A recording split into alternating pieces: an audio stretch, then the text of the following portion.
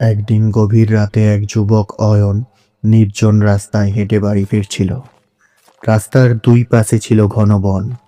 হালকা কুয়াশা ঘেরা রাতে চারিদিকে ছিল শুধু ঝিঝি পোকার ডাক, আর মাঝে মাঝে বাতাসের শুকনো পাতার খসখস শব্দ।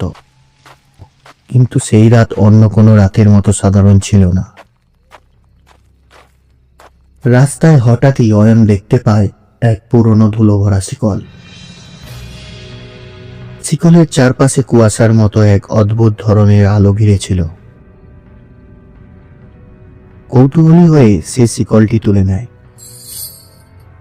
মুহূর্তেই অয়ন অনুভব করে চারপাশটা পাল্টে গেছে, সময়টা যেন থমকে গেছে।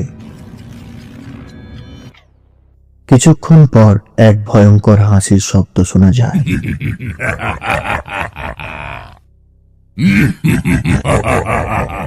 তার সামনে এক ছায়া মূর্তি উপস্থিত হয়।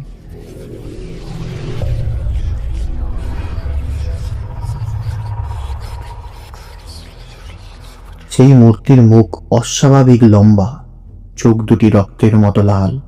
সেই ছায়ামূর্তি বলে, ওহে মানব, তুমি কি জানো তুমি কি তুলে নিয়েছো? অয়ন ভয়ে কাঁপতে কাঁপতে জিজ্ঞেস করে, তুমি কে, আর এই শিকলের রহস্য কি? ছায়ামূর্তি উত্তর দেয়, আমি শিকলটির অভিভাবক। এই শিকল যুগ যুগ ধরে এক অভিশপ্ত আত্মাকে শৃঙ্খলিত করে রেখেছিল, কিন্তু তুমি সেই অভিশাপ মুক্ত করে দিয়েছ। এবার যদি তুমি তিনটি ধাঁধার সঠিক উত্তর দিতে পারো তবে বেঁচে যাবে, নইলে তোমার আত্মাও শিকল বন্দী হবে। অয়ন ভয় পেলেও সাহস করে বলল, তুমি ধাঁধা দাও, আমি উত্তর দেব। প্রথম ধাঁধা, যে জিনিসটি কেবল দেয়, কখনো নিজে কিছু নেয় না। তার আলোয় পথ চলে সবাই, কিন্তু সে নিজে অন্ধকারে থাকে। অয়ন একটু ভেবে উত্তর দিল, মশাল। ছায়ামূর্তি মৃদু হেসে বলল, ঠিক, তবে এখনো দুটো ধাঁধা বাকি। দ্বিতীয় ধাঁধা, যতটা বেশি তুমি আমাকে ভরো তত বেশি আমি ফাঁকা হয়ে যাই। আমি কে? অয়ন এবারেও মাথা কাটিয়ে বলল, গর্ত। ছায়ামূর্তি এবার রাগান্বিত গলায় বলল, দুইটি ঠিক করেছ, কিন্তু তৃতীয়টি সবচেয়ে কঠিন। তৃতীয় ধাঁধা, আমি সময়কে থামাতে পারি, স্মৃতিকে ধরে রাখতে পারি, কিন্তু আমার কোনো প্রাণ নেই। আমি কে?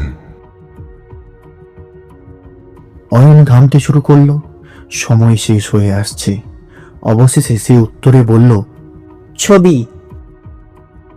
ছায়ামূর্তি মুহূর্তের জন্য নীরব হলো, তারপর তার চেহারা হঠাৎ শান্ত হয়ে গেল।